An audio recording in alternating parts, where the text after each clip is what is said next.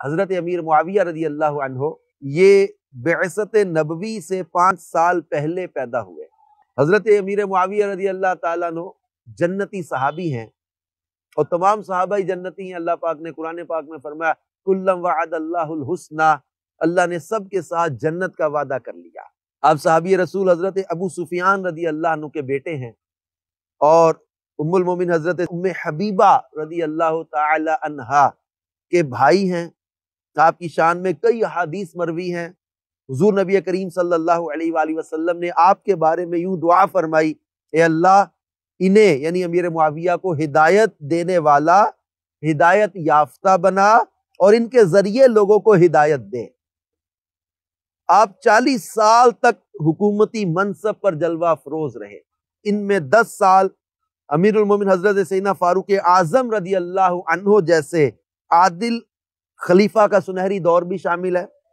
حضرت سیدنا فاروق اعظم رضی اللہ عنہ فرمایا کرتے تم کیسر و کسرا اور ان کی عقل و دانائی کا تذکرہ کرتے ہو، جبکہ معاویہ بن ابو سفیان رضی اللہ عنہما موجود ہیں۔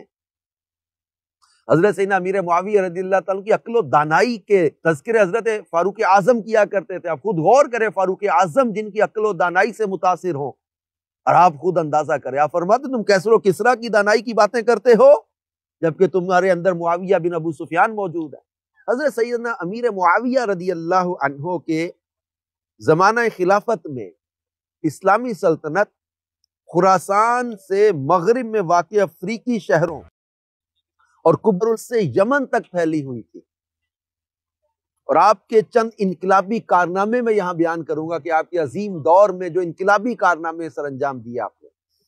اسلامی شہروں سازشوں کے ذریعے فتنہ پھیلانے والے خوارج کی سرکوبی فرمائی،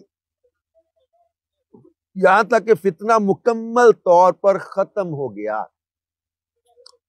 28 ہجری میں اسلام کی سب سے پہلی بحری فوج کی قیادت فرمائی اور قبرص کو فتح کیا۔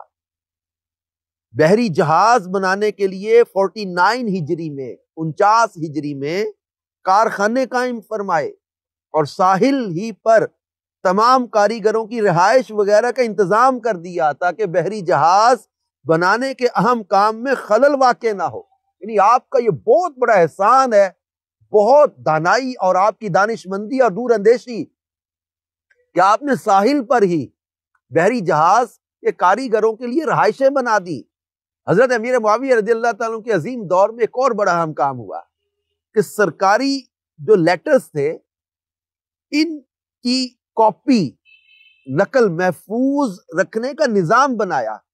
یعنی ایک کاپی مطلب ہے کہ ادارے کے پاس ہے، ایک کاپی جو ہے وہ کسٹمر کے پاس ہے، مطلب فوٹو کاپی کا ایک پورا آج ہم نظام دیکھتے ہیں کہ سرکاری خطوط جو ہے نا کسی کو جاری کیا ہے تو کیا جاری کیا ہے، آگے کیا لوگ لیتے ہیں، کل کو وہ کام آتی ہے چیز کہ یہ ہم نے تو یہ جو ہے وہ مکتوب لکھا تھا، یہ لیٹر لکھا تھا ہم نے، تو یہ لیٹر بھیجا تھا۔ تو سرکاری خطوط کی نقول جو ہے ان کو نقل کو محفوظ رکھنے کا نظام بنایا۔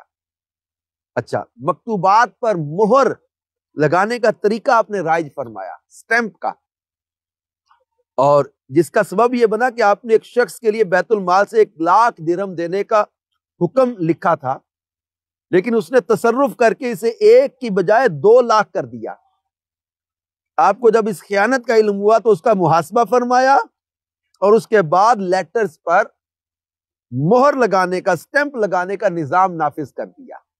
اور اس کے آپ دیکھیں سٹیمپ کے آگے چل کر کتنے فوائد اور کتنے زیادہ اس کی اہمیت ہے ہمارے سامنے۔